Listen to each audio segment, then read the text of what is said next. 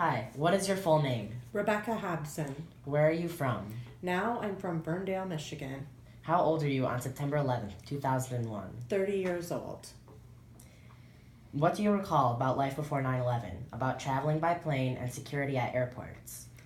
I recall that security at airports was definitely more involved when you were traveling internationally, and that there were more steps that you needed to go through for security purposes, especially for when traveling to countries like Israel or where there were higher security risks. Domestically, of course, there were security measures, but it wasn't anything like it is today. Were you scared of being attacked by terrorists before 9/11? No, not really. I perceived it, I suppose, as something that occurred overseas and especially in countries where there was more terrorist activity, I guess, like in the Middle East, for example. From the day of the event, how did you find out about the attacks? What were you doing at the time? At the time of the attacks, I was at work in an office setting, and we were told that some people were watching news coverage on a TV that had been brought into one of our supervisors' offices. And sort of gradually, people went into the office and started watching the news coverage together as a group. What were your first feelings and emotions when you heard about the attacks? I guess disbelief, definitely interested to see what was happening. But at the same time, I was still kind of caught up in my workday. But, as people kept talking more and more about the news coverage and I watched more and more of it myself, it became apparent that something really big was happening. What is your most vivid memory of that day? My most vivid memory of that day, I would say, is not knowing what to do next.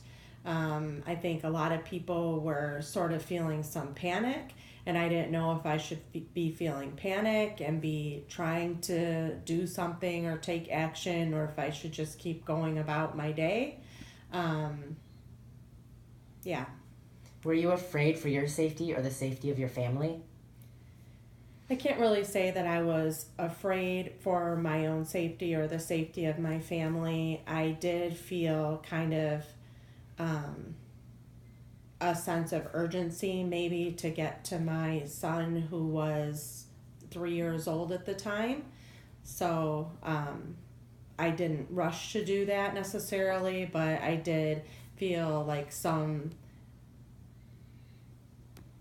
anxiousness, I guess, to get to him in particular, not because I feared for his safety so much as just that I wanted to make sure that he was able to process the information if he was hearing it in some way, or maybe to shelter him from the information so that he wouldn't be scared. What did you think of the government's reaction to the attacks in the days and months after the attack? I felt that they took fairly swift action, I guess. Um, I don't know, I can't really recall that I thought that much about it. What do you believe should be done to protect the United States in the present day? I think that everybody should be more vigilant about possible threats or things that might be happening, but yet not to judge people unfairly who just because they're of a specific religion or nationality. How has 9/11 changed you? I think that it's made the world feel like it's a little bit less of a safe place than maybe it was before. It's definitely made it feel more like threats of different kinds are all around us and not just in other places. Probably made me feel a little bit more protective, especially towards my children, than I might have otherwise. How did you feel about having one child and another one on the way? I felt, especially about the child I already had, and really about, both children, that I felt a need to make sure that they felt safe.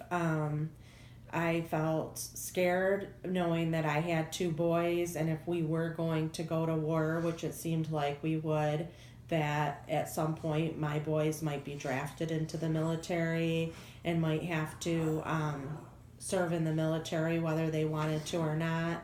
I also felt some guilt, I guess, about bringing another child into a world that seemed like there was so much uncertainty and lack of safety, and I worried, how that child would grow up, and that child is you, and how you would feel living in a world where there was so much uncertainty. Thank you. That will wrap up this interview. You're welcome.